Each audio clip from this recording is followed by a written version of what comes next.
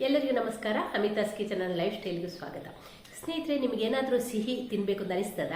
ಅದು ಕೂಡ ಅಡಿಗೆ ಕೋಣೆಯಲ್ಲಿರುವಂಥ ಪದಾರ್ಥವನ್ನೇ ಉಪಯೋಗಿಸಿಕೊಂಡು ಮಾಡುವಂಥ ಒಂದು ಸುಲಭವಾದ ಜಾಮೂನನ್ನು ಇವತ್ತು ಮಾಡ್ತಾ ಇದ್ದೇನೆ. ಅದು ಕೂಡ ರವೆ ಮತ್ತು ಹಾಲನ್ನು ಉಪಯೋಗಿಸಿಕೊಂಡು ತುಂಬಾ ಸೊಗಸಾದ ಒಂದು ರೆಸಿಪಿ ಜಾಮೂನು. ಅಂತ ಹೇಳಿದ್ರೆ ಯಾರಿಗೆ ಇಷ್ಟ ಇಲ್ಲ ಹೇಳಿ? ಎಲ್ಲರಿಗೂ ಜಾಮೂನು ತಳಿದ್ರು ತುಂಬಾ ಇಷ್ಟ ಅಲ್ಲ? ಹಾಗಾದ್ರೆ ಬನ್ನಿ ಅಮಿತಾಸ್ ಕಿಚನ್ಗೆ ಹೋಗುವ ರೆಸಿಪಿಯನ್ನು ಮಾಡುವ. ಇವಾಗ ಮೊದಲಿಗೆ ನಾವು ಒಂದು ತವವನ್ನು ಸ್ಟವ್ ಮೇಲೆ ಇಡುವ.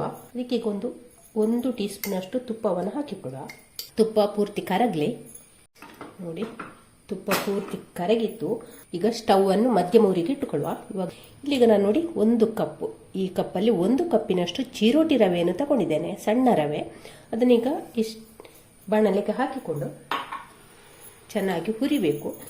ಹದವಾದ ಉರಿಯಲ್ಲೇ ಹುರಿದ್ರೆ ಆಯಿತು, ಜಾಸ್ತಿ ಉರಿ ಇಟ್ಕೊಂಡೆಲ್ಲ ಹುರಿಲಿಕ್ಕಿಲ್ಲ ಇದು. ಹಾಗೆ ಸ್ವಲ್ಪ ಕಲರ್ ಚೇಂಜ್ ಆಗಬೇಕು, ಹಾಗೆ ಒಳ್ಳೆ ಘಮ ಬರಬೇಕು, ಅಲ್ಲಿವರೆಗೆ ಹುರಿಯುವ. ಇದನ್ನು ಕೈ ಬಿಡದೆ ಇದನ್ನು ಹುರಿತಾ ಇದ್ರೆ ಆಯಿತು, ಸೀದೋಗಬಾರ್ದು.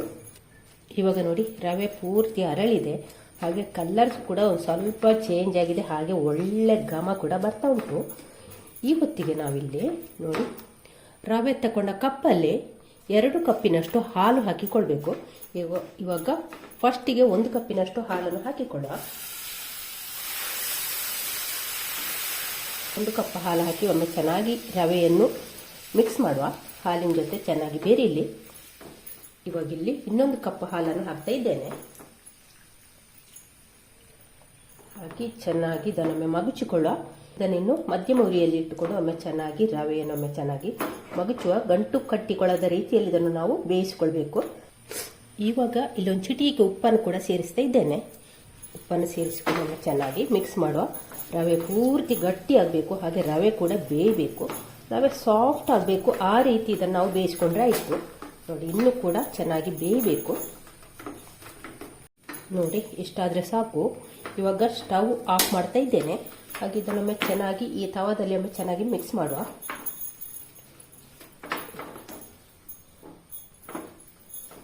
ಇವಾಗ ಇದನ್ನು ನಾವು ಒಂದು ಅಗಾಲವಾದ ಪ್ಲೇಟಿಗೆ ಇದನ್ನು ಹಾಕಿಕೊಳ್ಳುವ. ತಣ್ಣಗಾಗಲಿಕ್ಕೆ ಬಿಡುವ. ಒಂದು ಸ್ವಲ್ಪ ಈ ರವೆಯನ್ನು ಒಂದು ಸ್ವಲ್ಪ ಅಗಲ ಮಾಡಿಕೊಳ್ಳುವ. ಸ್ವಲ್ಪ ಹೊತ್ತು ಇದನ್ನು ಹೀಗೆ ಆರಲಿಕ್ಕೆ ಬಿಡುವ. ಇವಾಗ ಇಲ್ಲಿ ಸ್ಟವ್ ಮೇಲೆ ಒಂದು ತವ ಇಟ್ಟಿದ್ದೇನೆ. ಅದಕ್ಕೆ ಈಗ ನೋಡಿ, ರವೆ ತಗೊಂಡೆಲ್ಲ ಅದೇ ಕಪ್ಪಲ್ಲಿ 1.5 ಕಪ್ಪಿನಷ್ಟು ಸಕ್ಕರೆಯನ್ನು ಹಾಕಿಕೊಳ್ಳುವ. ಈಗ 1 ಕಪ್ಪಿನಷ್ಟು ಸಕ್ಕರೆ ಹಾಕಿದ್ದೇನೆ. ನೋಡಿ, ಈಗ ಅರ್ಧ ಕಪ್ಪನ್ನು ಹಾಕ್ತಾ ಇದ್ದೇನೆ. 1.5ರಿಂದ 2 ಕಪ್ಪಿನಷ್ಟು ಸಕ್ಕರೆಯನ್ನು ಹಾಕಿಕೊಳ್ಬಹುದು. 1 ಕಪ್ ರವೆ ತಗೊಂಡಿದ್ದೇನೆ, ಅದಕ್ಕೆ 1.5 ಕಪ್ ಸಕ್ಕರೆ ಹಾಕಿದ್ದೇನೆ. ನೀವು ಬೇಕಾದರೆ 2 ಕಪ್ ಸಕ್ಕರೆಯನ್ನು ಹಾಕಿಕೊಳ್ಬೋದು. ಅದಕ್ಕೆ ಈಗ 1.5 ಕಪ್ಪಿನಷ್ಟು ನೀರನ್ನು ಸೇರಿಸುವ.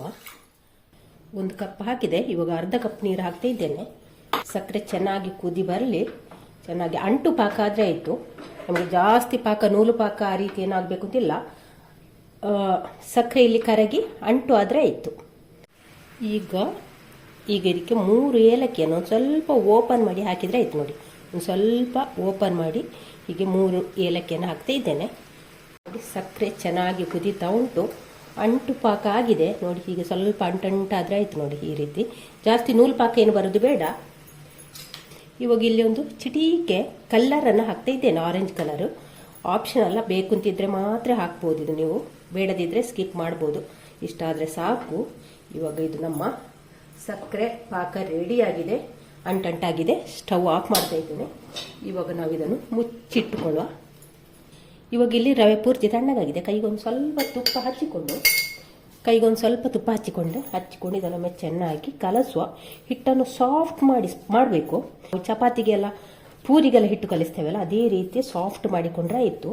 ಚೆನ್ನಾಗಿ ಇದನ್ನೊಮ್ಮೆ ನಾದಿಕೊಂಡು ಹಿಟ್ಟನ್ನು ಕಲಸಿಕೊಂಡ್ರೆ ಆಯಿತು. ನೋಡಿ, ಹಿಟ್ಟನ್ನು ಚೆನ್ನಾಗಿ ಈ ರೀತಿ ನಾದಿಕೊಳ್ಬೇಕು. ನೋಡಿ,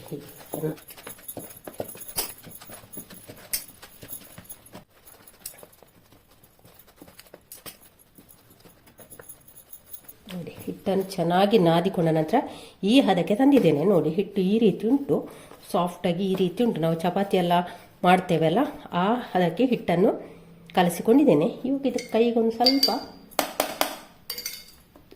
ಸ್ವಲ್ಪ ತುಪ್ಪವನ್ನು ಸವರಿ ಹಿಟ್ಟನ್ನು ಚೆನ್ನಾಗಿ ಕಲಸಿಕೊಂಡ ನಂತರ ಯಾವ ಶೇಪಲ್ಲಿ ಕೂಡ ಮಾಡ್ಬೋದು. ನಾನು ಹೀಗೆ ಸಿಲಿಂಡರ್ ಶೇಪಿಗೆ ಮಾಡಿದ್ದೇನೆ. ನೋಡಿ, ಈ ರೀತಿ ಮಾಡಿದ್ದೇನೆ. ಕ್ರ್ಯಾಕ್ ಏನು ಇರಬಾರ್ದು, ಈಗ ನೈಸಾಗಿ ಇರಬೇಕು. ನೋಡಿ ಈ ರೀತಿ ಫಸ್ಟಿಗೆಲ್ಲವನ್ನು ಕೂಡ ಈ ರೀತಿ ಮಾಡುವ. ಫಸ್ಟಿಗೆ ಹಿಟ್ಟು ತಗೊಂಡು ಒಮ್ಮೆ ಚೆನ್ನಾಗಿ ನಾದಿಕೊಳ್ಳಿ, ಅದನ್ನು ಚೆನ್ನಾಗಿ ಒಮ್ಮೆ ಕಲಸಿಕೊಳ್ಳಿ. ಹೀಗೆ ಕಲಸಿಕೊಂಡ ನಂತರ ಒಂದು ಸ್ವಲ್ಪ ಹೀಗೆ ಶೇಪ್ ಕೊಟ್ಟರೆ ಆಯಿತು. ರೌಂಡಿಗೆ ಕೂಡ ಮಾಡ್ಬೋದು ನೋಡಿ, ಹೀಗೆ ಕೂಡ ಮಾಡ್ಬೋದು. ಎಲ್ಲವನ್ನು ಕೂಡ ಹೀಗೆ ಮಾಡಿ ಇಡುವ. ಅಂತ ನೋಡಿ ರವೆಯಿಂದ ಸಿಲಿಂಡರ್ ಶೇಪಿಗೆ ಈ ರೀತಿ ಮಾಡಿ ಇಟ್ಕೊಂಡಿದ್ದೆ ನೋಡಿ. ಯಾವುದೇ ಕ್ರ್ಯಾಕ್ ಇಲ್ಲ, ನೈಸಾಗಿ ಬೇಕು ನೋಡಿ. ಹೀಗೆ ರೌಂಡ್ ಕೂಡ ಮಾಡಿಕೊಳ್ಬೋದು ನೋಡಿ. ನಾನು ಈ ಸಿಲಿಂಡರ್ ಶೇಪಿಗೆ ಮಾಡಿದ್ದೇನೆ. ಇವಾಗ ಇದನ್ನು ಇವಾಗ ಇಲ್ಲಿ ನಾನು ಕಡಾಯಿಗೆ ಎಣ್ಣೆ ಹಾಕಿ ಸ್ಟವ್ ಮೇಲೆ ಇಟ್ಟಿದ್ದೇನೆ. ಎಣ್ಣೆ ಚೆನ್ನಾಗಿ ಬಿಸಿ ಆಗಲಿ. ಇವಾಗ ನೋಡಿ ಎಣ್ಣೆ ಚೆನ್ನಾಗಿ ಕಾದಿದೆ. ಇವಾಗ ನಾವು ಮಾಡಿಟ್ಟಂಥ ಉಂಡೆಯನ್ನು ಇದಕ್ಕೆ ಒಂದೊಂದೇ ಹಾಕುವ. ಎಷ್ಟು ಉಂಡೆ ಹಿಡಿಸ್ತದೆ ಅಷ್ಟು ಉಂಡೆಯನ್ನು ಹಾಕಿಕೊಂಡ್ರೆ ಆಯಿತು. ಜಾಸ್ತಿ ಎಣ್ಣೆ ಹಾಕಿದರೆ ನಮಗೆ ಬೇಗನೆ ಕರೆದು ತೆಗಿಬೋದು. ಇದನ್ನು ನಾನು ಪೂರ್ತಿ ಹಾಕಿಕೊಳ್ಳಿಲ್ಲ, ಅರ್ಧದಷ್ಟು ಮಾತ್ರ ಹಾಕ್ಕೊಂಡಿದ್ದೇನೆ. ಅರ್ಧದಷ್ಟು ಉಂಡೆಯನ್ನು ಹಾಗೆ ಇಟ್ಟುಕೊಂಡಿದ್ದೇನೆ. ಹಾಕಿ ಮಧ್ಯಮ ಉರಿಯಲ್ಲಿ ಇಟ್ಕೊಳ್ಳುವ. ಹಾಕಿದ ನಂತರ ಕೂಡಲೇ ನಾವು ಇದಕ್ಕೆ ಸೌಟ ಹಾಕೋದು ಬೇಡ. 1 ನಿಮಿಷ ಬಿಟ್ಟು ಒಮ್ಮೆ ಸೌಟ ಹಾಕಿ ಅದನ್ನು ಆ ಕಡೆ ಈ ಕಡೆ ಮಾಡಿಕೊಂಡ್ರೆ ಆಯಿತು. ಜಾಸ್ತಿ ಉರಿ ಇಟ್ಕೊಂಡು ಬೇಯಿಸೋದು ಬೇಡ, ಅಂದರೆ ಹೊರಗಿನ ಮಾತ್ರ ಇದು ಬೇಯ್ತದೆ, ಒಳಗೆ ಮಾತ್ರ ಹಸಿ ಇರ್ತದೆ. ಆದ ಕಾರಣ ಹದವಾದ ಉರಿಯಲ್ಲಿ ಇಟ್ಕೊಂಡು ಇದನ್ನು ನಿಧಾನಕ್ಕೆ ಬೇಯಿಸ್ಕೊಂಡ್ರೆ ಆಯಿತು. ಹಾಗೆಂತೇಳಿ ಸಿಮ್ಮಲ್ಲಿ ಇಟ್ಕೊಂಡು ಕೂಡ ಬೇಯಿಸಬೇಡಿ, ಎಣ್ಣೆ ಹೀರಿಕೊಳ್ತದೆ. ಇವಾಗ ನೋಡಿ ಇದಾಗ್ತಾ ಬಂತು, ಕಲರ್ ಕೂಡ ಚೇಂಜ್ ಆಗಿದೆ ನೋಡಿ, ಗೋಲ್ಡನ್ ಬ್ರೌನಿಗೆ ಬಂದಿದೆ. ಇವತ್ತಿಗೆ ಇದನ್ನು ನಾವೀಗ ತೆಗೆಯುವ.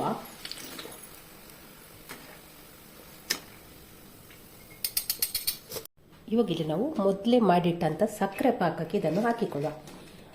ನೋಡಿ ಬಿಸಿ ಬಿಸಿಯಾದ ಜಾಮೂನನ್ನು, ಫ್ರೈ ಮಾಡಿದಂಥ ಜಾಮೂನನ್ನು ಸಕ್ಕರೆ ಪಾಕಕ್ಕೆ ಹಾಕುವ. ಇಲ್ಲಿ ನಮಗೆ ಸಕ್ಕರೆ ಪಾಕ ಬಿಸಿ ಇದ್ದರೆ ಈ ಫ್ರೈ ಮಾಡಿದಂಥ ಜಾಮೂನು ತಣ್ಣಗೆ ಇರಬೇಕು.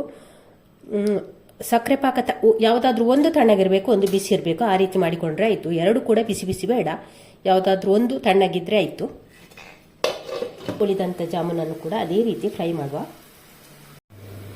ಇವಾಗ ಫ್ರೈ ಮಾಡಿರುವಂಥ ಎಲ್ಲ ಜಾಮೂನನ್ನು ಕೂಡ ಈ ಸಕ್ಕರೆ ಪಾಕಕ್ಕೆ ಹಾಕಿಕೊಳ್ಳುವ. ಹಾಕಿ ಒಮ್ಮೆ ಚೆನ್ನಾಗಿ ಮಿಕ್ಸ್ ಮಾಡುವ. ಎಲ್ಲವೂ ಕೂಡ ಸಕ್ಕರೆ ಪಾಕ ಇದು ಹೀರಿಕೊಳ್ಬೇಕು. ಹಾಗೆ ಇದನ್ನು ಒಂದು ಕಡಿಮೆ ಅಂದರೆ 2 ಗಂಟೆ ಆದರೂ ನೆನೆಯಲಿಕ್ಕೆ ಬಿಡಬೇಕು. ಒಂದು 6 ಗಂಟೆಯಲ್ಲಿ ಈ ಸಕ್ಕರೆ ಪಾಕದಲ್ಲಿ ಇದ್ರೆ ಉಂಟಲ್ಲ ಬಾಸ್, ಸೂಪರ್ ಸಾಫ್ಟ್, ಅಷ್ಟು ಚೆನ್ನಾಗಿ ಅಷ್ಟು ಅದ್ಭುತವಾಗಿರ್ತದೆ. ಇದನ್ನು ಮುಚ್ಚಿ ಒಂದು 2 ರಿಂದ 3 ಗಂಟೆ ಹೀಗೆ ಬಿಡುವ. ನಿಮಗೆ ಟೈಮ್ ಏನಾದರೂ ಉಂಟು ತಿದ್ದರೂ ತುಂಬ ಹೊತ್ತು ಕೂಡ ಬಿಡ್ಬೋದು, ಒಂದು 6-7 ಗಂಟೆ ಕೂಡ ಬಿಡ್ಬೋದು. ಹಾಗೆ ನಾವು ಒಂದು 2 ಗಂಟೆ ನಂತರ ಇದನ್ನು ನಾವು ಮುಚ್ಚಳ ತೆಗೆಯುವ.